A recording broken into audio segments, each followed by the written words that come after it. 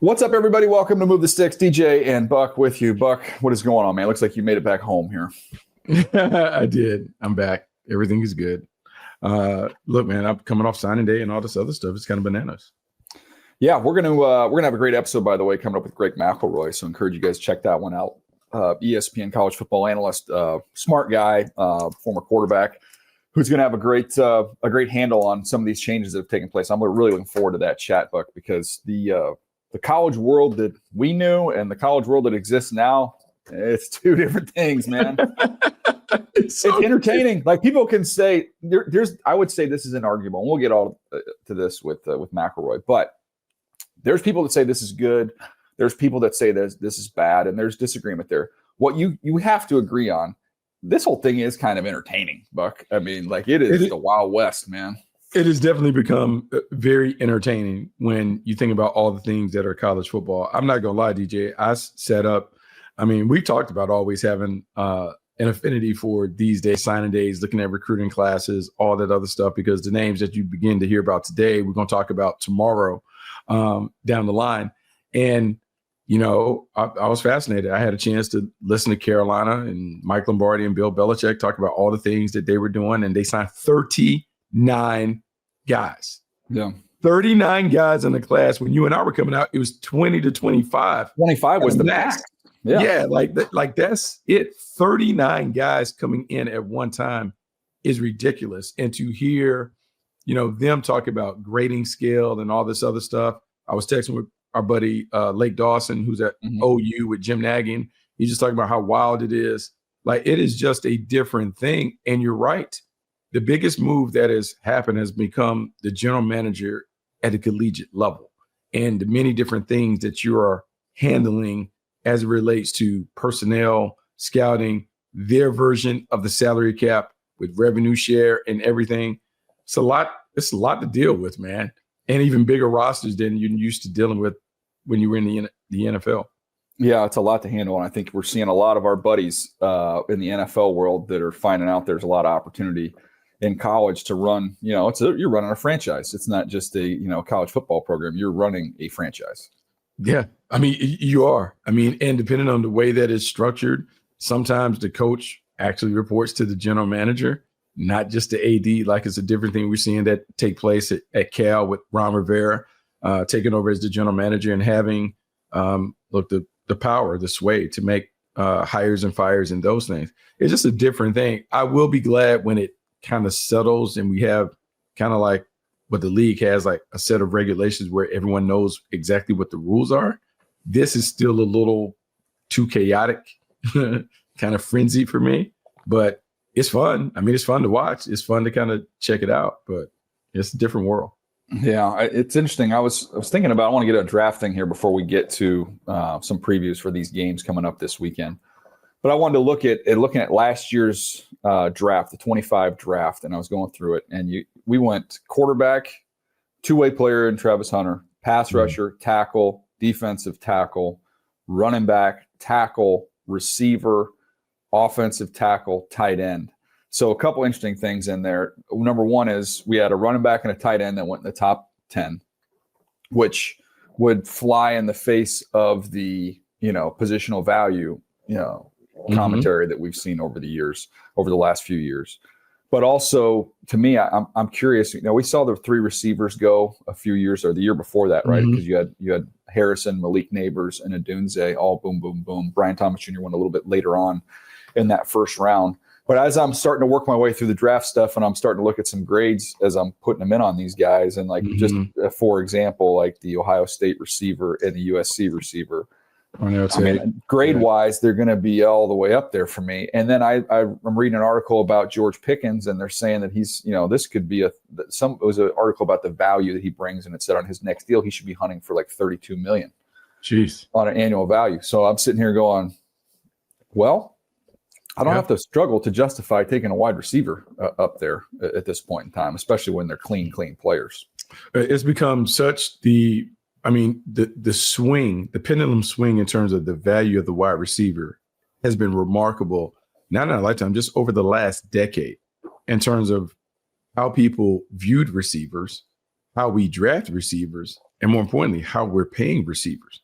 We were both scouting when they had that draft where all the running backs, Cedric Benson, Ronnie Brown, Cadillac Williams, all went 2, 3, and 4, not necessarily in the order that I listed them off, but I remember that. I remember how valuable the running backs are. Now to think that wide receivers have become marquee names that you prioritize within the top 10 because they're that important. And we're potentially talking about, the Eagles have done it. The Eagles are operating with 2 number ones. The Bengals, in essence, have a 1A and 1B with T. Higgins. The Cowboys could potentially go down that line with CeeDee Lamb and George Pickens. DJ, they are premier positions on the perimeter. And yeah, it's crazy because you're going to either have to draft one and pay one, or you're going to have to pay 2. Mm-hmm. That's the league that we're going to in terms of how marquee and how essential they are to the team building puzzle. So if you look at the projected franchise tender numbers for next year, so this is a franchise tag number, what it would look like right now. Quarterbacks is $39.7 million. Offensive line is 24.6. Wide receiver 24.3. So, Buck, that tells you everything right there. That's where the value is. The value is that. So you have to do it, and people are going to have to make those decisions. So we talk about Jordan Tyson or Cardinal Tate or whoever these guys are that we're talking about first round grades. Yeah, we have to be comfortable seeing them just peel their names off the thing because they're coming off the board early. Tremendous amount of value, man. When you look at the savings that you're getting by getting one of those guys on cost control here for 4 or 5 years, that's pretty darn valuable when you look at it. Let's get into some of these games here this weekend. Let's start first of all. Your game, Indy-Jacksonville, huge game. Yeah, huge game. And I'm so curious to see it. Last year, you had to go through this a little bit with the Chargers, like watching them play in a big game with a new crew. I'm curious to see what the team isn't exactly young, but I want to see what a team that is getting used to winning and a new coaching staff, how they handle what will be a big game. And even though everyone would say, hey, it's only the big game because the next game. No, this is a big game because it has legitimate implications. So how do you approach that game? Do you do things differently? Do you continue to do the things that you've done well and say that we're going to out execute the team, regardless of whether a different strategy might be best against them? I'm just curious to see how it plays out. And if everybody involved, coaches and players, can make it the same kind of game that it's been for the first 12, 13 weeks. Yeah, you look at your team here in Jacksonville, you work on those broadcasts. For the last 5 with wins, the only loss being a 36-29 loss to Houston, which you could say was one that you almost gave away. Gave away for sure. So, you're looking at a team that's really as hot as anybody right now. And I saw it in person when they hammered the Chargers 35-6 after that game in Houston. What do you think was the major change in terms of this run that they're on? What's been the difference? Let's start with the quarterback first. And the numbers aren't going to justify what I'm about to say, but I would say that Liam Cohen has tried to get the quarterback to really let it rip. And I know you've played the position, and I don't know if you've ever had the one coach that believes in you enough to be like, hey, man, let it go. Don't worry about the mistakes. Like, just push the envelope, see where the lines are so you can figure it out. And it really reminded me of what Andy Reid did with Pat Mahomes on the practice field his rookie season. Man, make all the throws, see where those boundaries are for you. So when you get into the game, you know exactly what you can and what you can't do. Liam Cohen has tried to get Trevor to operate and play like that. Be fearless, not reckless. Be fearless in terms of, I'm going to make these plays. I'm going to make these throws. I'm going to try and fit it in the tight windows. I'm going to let it go before the wide receiver is open and not worry, it needs to be fully clean before I do it, because that's the only way the great ones operate. And so that has been better for him. He's had 10 total touchdowns since they've had that conversation. Defensively, they've been able to get more in the paint. Josh Allen has 5.5 sacks over the last 5 games. He's beginning to play better. And overall, DJ, I think they've just kind of scaled it back. They put the young guys on the field, and they've just really made it a game where it's about how hard can you play? Can you just play harder, longer than the opponent, and don't worry what the score looks like? And it sounds like hocus pocus. It sounds almost like high school ball, but literally that's been the main thing. Let's just see if we can out-effort people and see what it looks like at the end of the game. Yeah, I think if you look at the Indianapolis side of things, lost 2 really, really close games here. So the team was absolutely humming. They've got a couple losses in a row. You look at last week's game. To me, Buck, they third downs, and I know Daniel Jones is not fully healthy, but they've got to be better on third downs. And I look at this Jacksonville pass rush, it's got heated up a little bit. That's going to be the game to me, is can the Colts be better on third down than they've been? Can Daniel Jones make the throws he needs to make? And then can this Jacksonville pass rush get ready to heat them up? Well, I mean, that's going to be a big part of it. But I would say before you can even get to that, you have to stop Jonathan Taylor. Like, Jonathan Taylor is the guy that leads the league in rushing yards per game. He's a home run hitter. You think about the number of big plays that he's been able to produce this year. He sets the table, and you have to commit all your resources to be able to defend him, which makes life easy for Daniel Jones. The teams that have been successful against the Colts have forced Daniel Jones out of his comfort zone from being a guy who is managing the game to now someone who has to be a game changer, someone who has to really impact the game and become the playmaker. But the only way that you can do that is you got to take 28 away. You can't allow him to have success early where they can utilize the running game, they can stay on schedule, they can use play action and those things.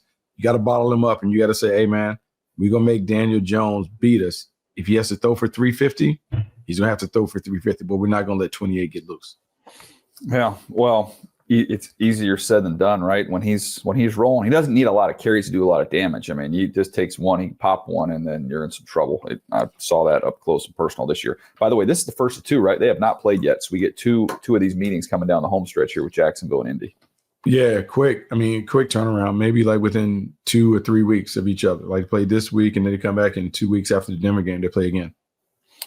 All right, so this is a way out. This is a weird analogy, but you got the Chiefs and the Texans. This to me feels like, when I was a kid, I used to watch wrestling. I haven't watched wrestling in a long time, but I was a kid. Loser, leave town. Loser, leave town, but I don't necessarily think that, because I think Houston's still in it. I think this is everything on the line for Kansas City. What this feels like to me, Buck, is when you have like a tag match with like four versus four, and you just feel like the one guy has been stuck out there for the one group, and they're just keep tagging in new bodies and I feel like the Houston Texans get to come in with a little wobbly opponent who hasn't been able to tap out, who's lost offensive linemen, and it's like, and if I'm the Chiefs, then you don't make a habit out of doubting the Chiefs because they always seem to come through. But if you gave me a menu with where they are right now, knowing they need to run the table and they can't afford a slip up, the Houston Texans current version would be the last team that I would want to face at this point in time. Yeah, it's the last team that you want to face, but then maybe it's the team that you want to face because they're good, and maybe you rise to the occasion. I'll say this, and looking at the Texans up close and personal, defense. Better block them. Yeah, defensively, man, they are everything that you want in a championship level defense. They're fast, they're physical. Everybody, all 11, tackle. And they not only tackle in terms of getting you to the ground, they tackle with force. They are a very physical football team that's amped up. And then up from Will Anderson, Danielle Hunter, we talked about combining for 21 and a half sacks. The way that they're able to get it, Will Anderson even being better than I thought in terms of the way they're moving him around and putting him on the fish on the line of scrimmage. Man, this is a very active and aggressive defense that is built in the image of his head coach, D'Amico Ryans. They are just a tough, nasty bunch. And offensively, they're beginning to find their way. If they had a little more consistency on the run, it would kind of help them open up the passing game. But they're getting better. Look, this is a team that's, we all say this, every team, you don't want to play them. I'm just telling you right now. That's the one for me. You don't want them on your line. You don't want them on your bracket line when you look up like, because defensively they can keep themselves in every game. If they get just enough offense, and you're in for a long day. There's some really good games this week when you look at this schedule here, Buck. I want to pick out a couple more. Bears, Packers, and they're going to face off again in 2 weeks. So this is like a little series here, a little mini series we're going to see with these two teams. Yeah, no, this is interesting because, Ben Johnson poked the bear a little bit when he got the job, talked about the Packers and the series and those things. And talked about Matt LaFleur by name. Yeah, I know. I love beating him. And it turns out they're not friends. It's not like this is a buddy, like jab, jab, jab. This is like, no, I don't really know him. I'm just going to name check him. Yeah, not the greatest. Not the greatest way to do it. But, hey, own it. Own being the villain. If you're going to be the heel, be Hulk Hogan with the black beard and all the other stuff. Hulkamaniacs, get after it. But what I do like about what the Bears have done, coming on the heels of knocking off the Eagles, they're going to have a lot of confidence, and their ability to run the football is real because they moved and uprooted the Eagles off the line of scrimmage. This is one where the Packers defense is going to be tested, and Michael Parsons in particular is going to have to be solid not only as a pass rusher, but as a run defender. For the Bears on defense, they take the ball away. They are obsessed with taking the ball away. And so Jordan Love's going to have to take care of it. They're about as evenly matched as we've seen these teams in the last few years. This is an execution game.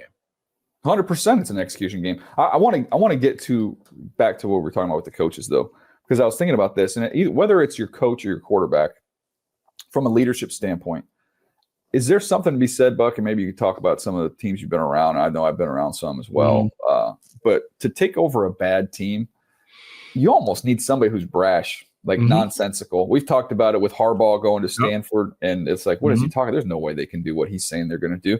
How about Kurt Signetti? He goes and does what he's done at Indiana. Clark Lee at his opening press conference, I don't know if you remember this, he said, Vanderbilt, we'll be the number one team. We're going to be a powerhouse, the best program in the country is what he said. They hadn't had a winning season in 9 years when he got there. Like, you almost have, think about, I mean, even like his quarterback, Diego Pavia, like you have to have a nonsensical belief. And think about how bad the Bears have been. And he walked in there, and I'm laughing about it. He's name-checking the Packers head coach in his press conference. Well, there's something to that. In Kansas City, Marty Schottenheimer was probably the most confident coach that I've ever been around in terms of just boldly proclaiming, hey, man, we're going to win. This is how we're going to get it done. Like, just did that. And, DJ, there's something that comes with it when your coach boldly puts it out there, like, hey, man, this is what we're going to do. We're going to beat the brakes off this team. We're going to get after it.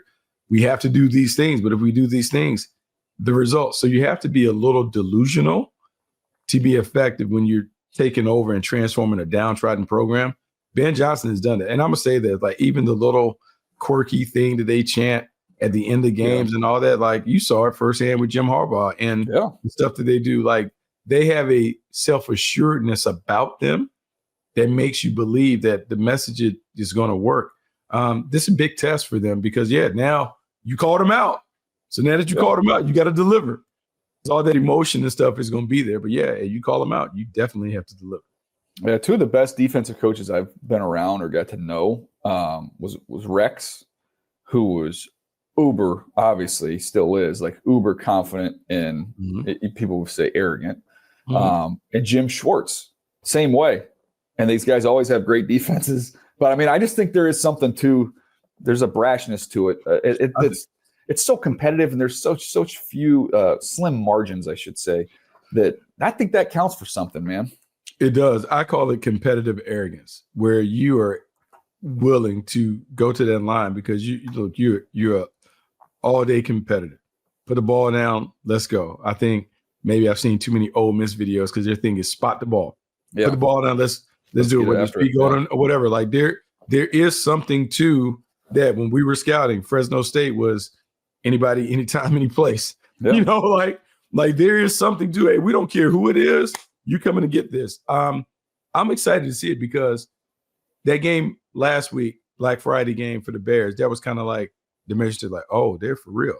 If they knock off the Packers, the conversation is completely different about the Bears going into the tournament. Yeah, no, it's going to be fun. Again, we see that matchup twice. So that's going to be fun. Twice in 3 weeks, I believe. So looking forward to that game. One other game, two division leaders. It feels weird because it doesn't feel like either one of these teams has been all that consistent or good, and that's the Steelers and the Ravens with a lot on the line in this one. Yeah, it's so much, man. This is a hard one to handicap. Like I was doing the preview picks shopping, and I was like, man, I have no idea where to go. None of them have momentum. The Ravens give away one when we thought they were back, and whenever then the Bengals smoked them, and then the Steelers just looked terrible in their last game. Normally, I would hang my hat on the defense, but both defenses have been bad. So then it comes down to who do you believe can fix the problems? And I have no idea. Yeah. I literally have no idea when I look at both of these teams. They're the same. I would say that the nod for the Ravens comes down to Lamar Jackson and his ability to make plays. You believe in his ability at quarterback to make more plays than Aaron Rodgers. But I don't really have a leg to stand on when it comes to picking the Ravens or the Steelers or vice versa. Yeah. The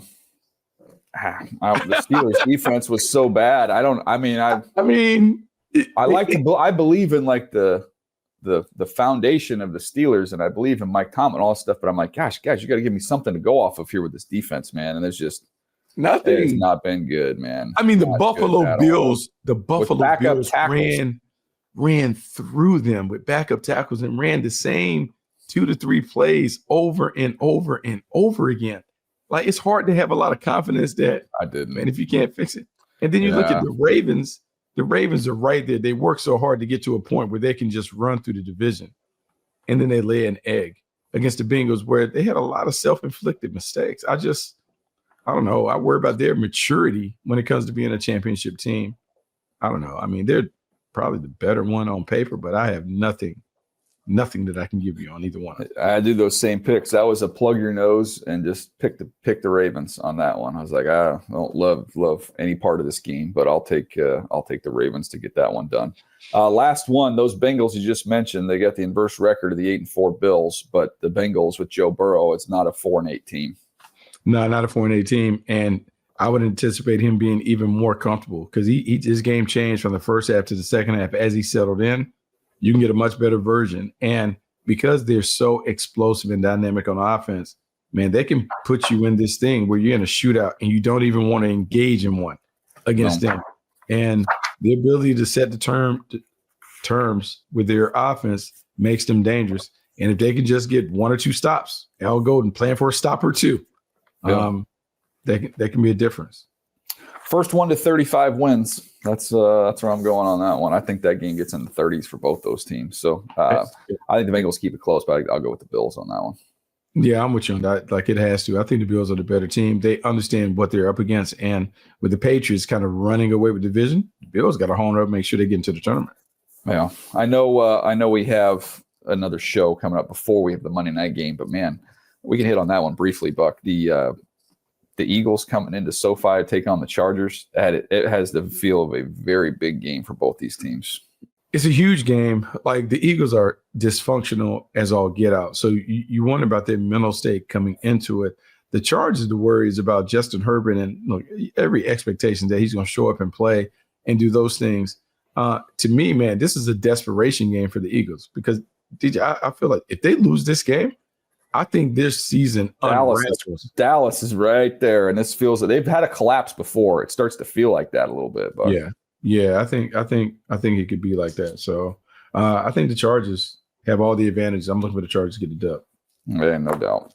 All right. Well, we'll be back on Monday with Baldy. We'll recap all these ball games. Looking forward to that show. Look forward to having you guys with us. We'll see you next time right here on Move the Sticks.